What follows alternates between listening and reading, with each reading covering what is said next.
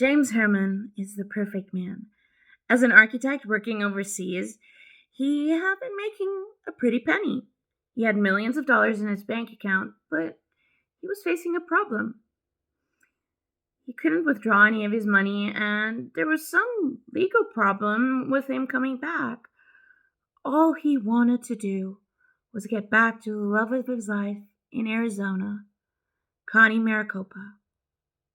So he asked her to do what any good person would do, is to help wire him the funds. He even sent her a check. Connie Maricopa had been married for 40 years when her husband passed away. She became lonely, and so she did what anybody would do today, went online looking for a friend, companionship, or even love. And there he was, the perfect man.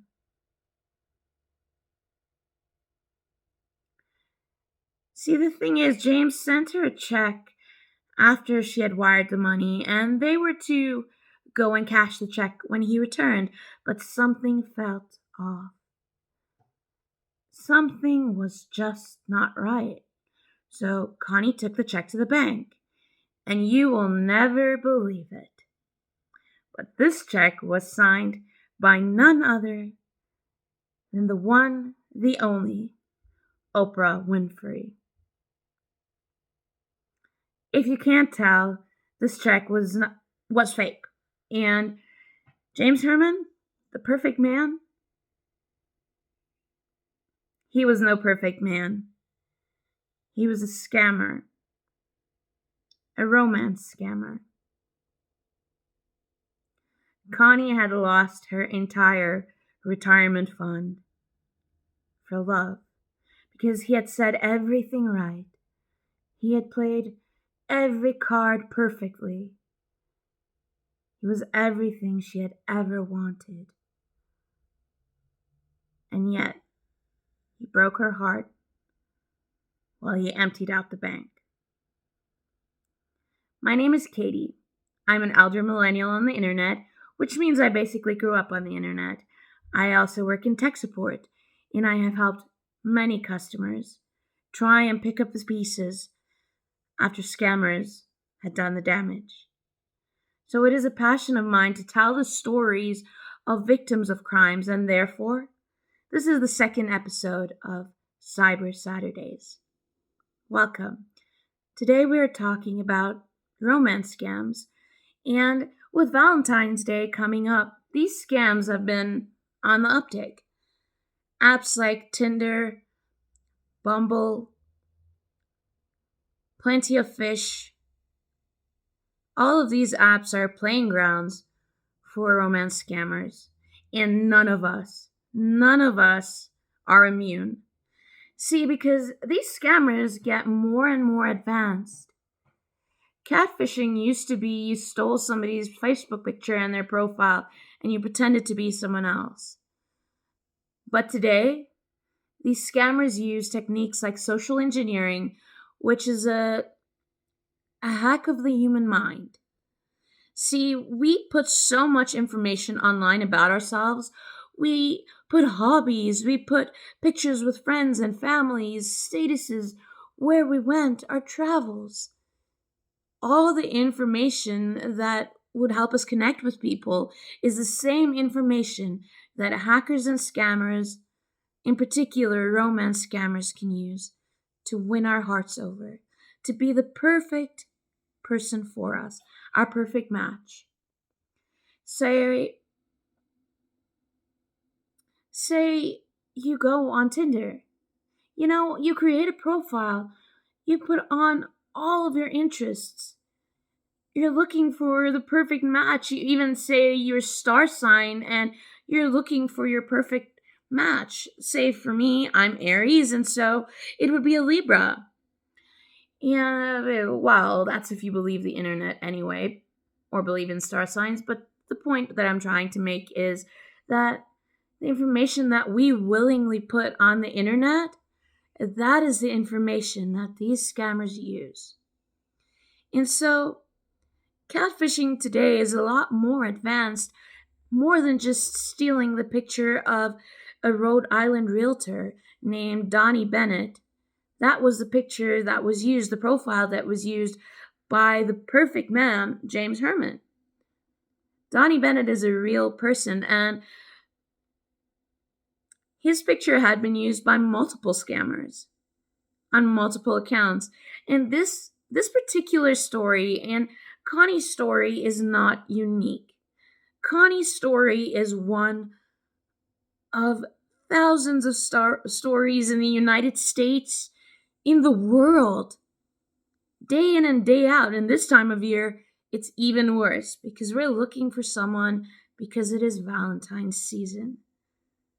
Who wants to be alone on Valentine's Day? Well, some people. But I mean, in general, the average person doesn't want to be alone. We all want someone to share the day with. And that makes this time of year such a vulnerable and such a powerful, well, vulnerable time for victims, but powerful time for scammers.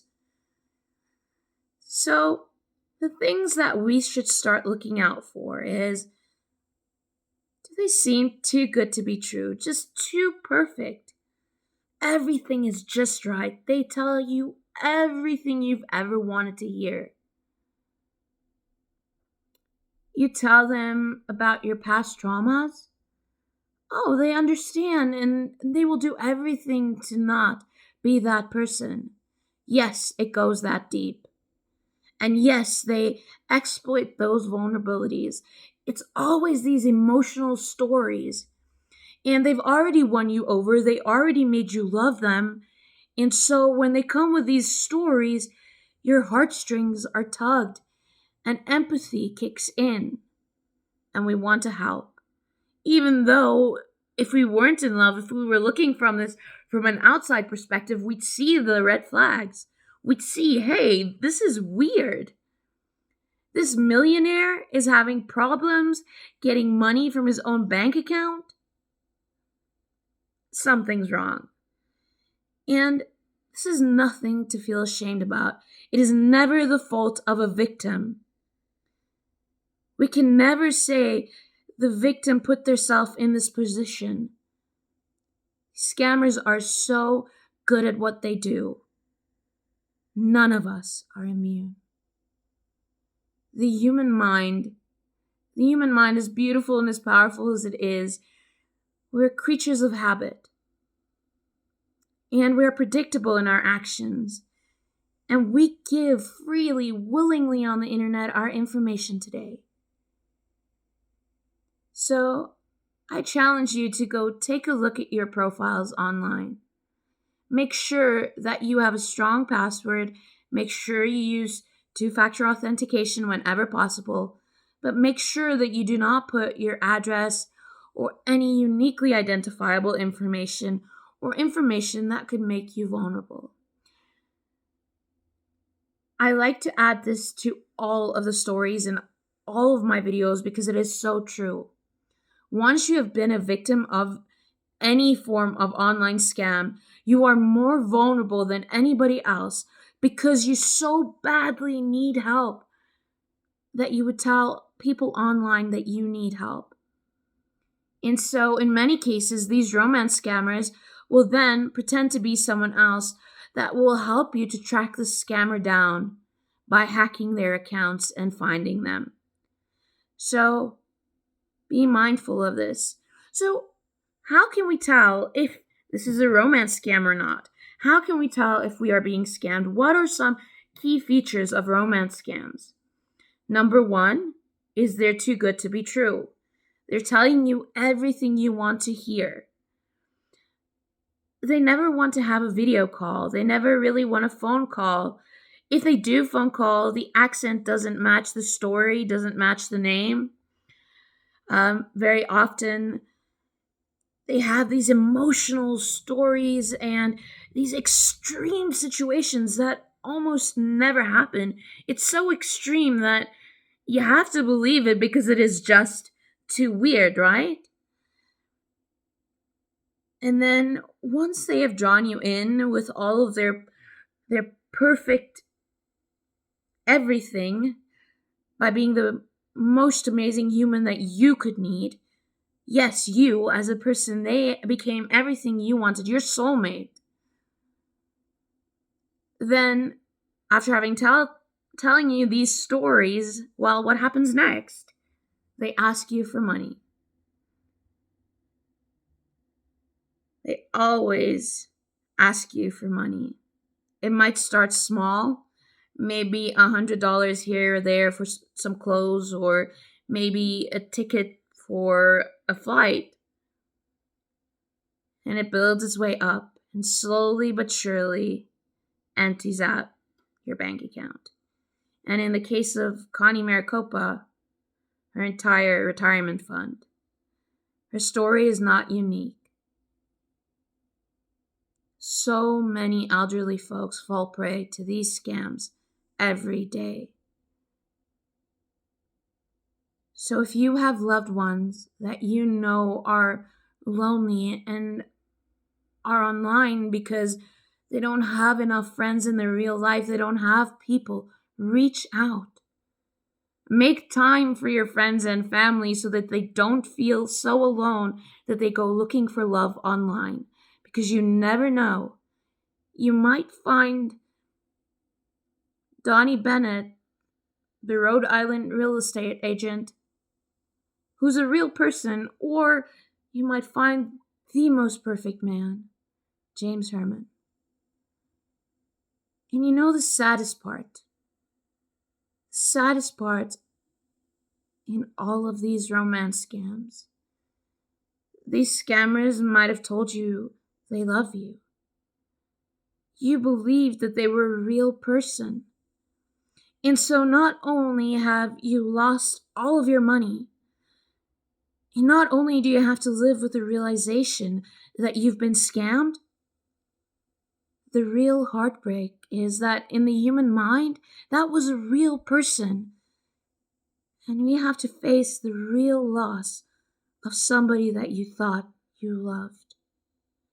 And all the scammer did was empty out your bank account, to rip out your heart, and not care for 1 second.